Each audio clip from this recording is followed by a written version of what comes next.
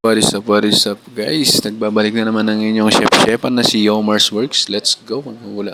Magluluto ngayon tayo ng simpleng tinolang manok guys. Let's go!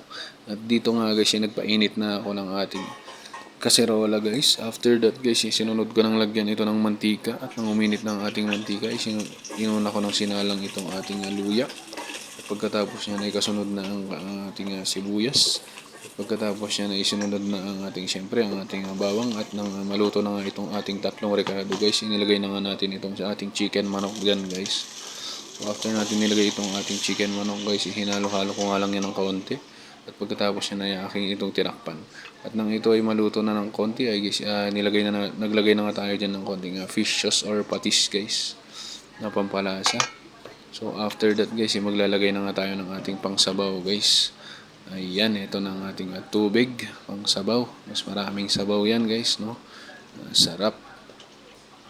So after natin maglagay ng pang sabaw dyan guys, itinakpan nga lang natin. Ayun nga guys, at nakalimutan kong ilagay itong ating chicken cubes. At nilagay ko na nga ito guys upang may habol sa kulo. So after that guys, naglagay tayo din ng konting asin dyan guys, pandagdag lasa. So after natin maglagay ng konting asin dyan guys, hinalo-halo nga natin ito ng konti upang kumalat ang lasa ng ating mga rekado. At sipsipin ito ng ating manok guys. Let's go. So nung medyo okay na siya guys, nilagay ko na nga rin itong ating sayote guys para lumambot. So after that guys, nailagay ko na nga itong ating sayote guys. Inintay ko na nga lang siyang kumulo.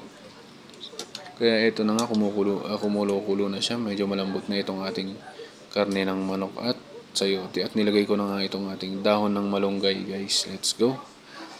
So eto ng ating finished product guys, at kumukulo na siya. Ready to eat na siya guys. So let's go, kain na.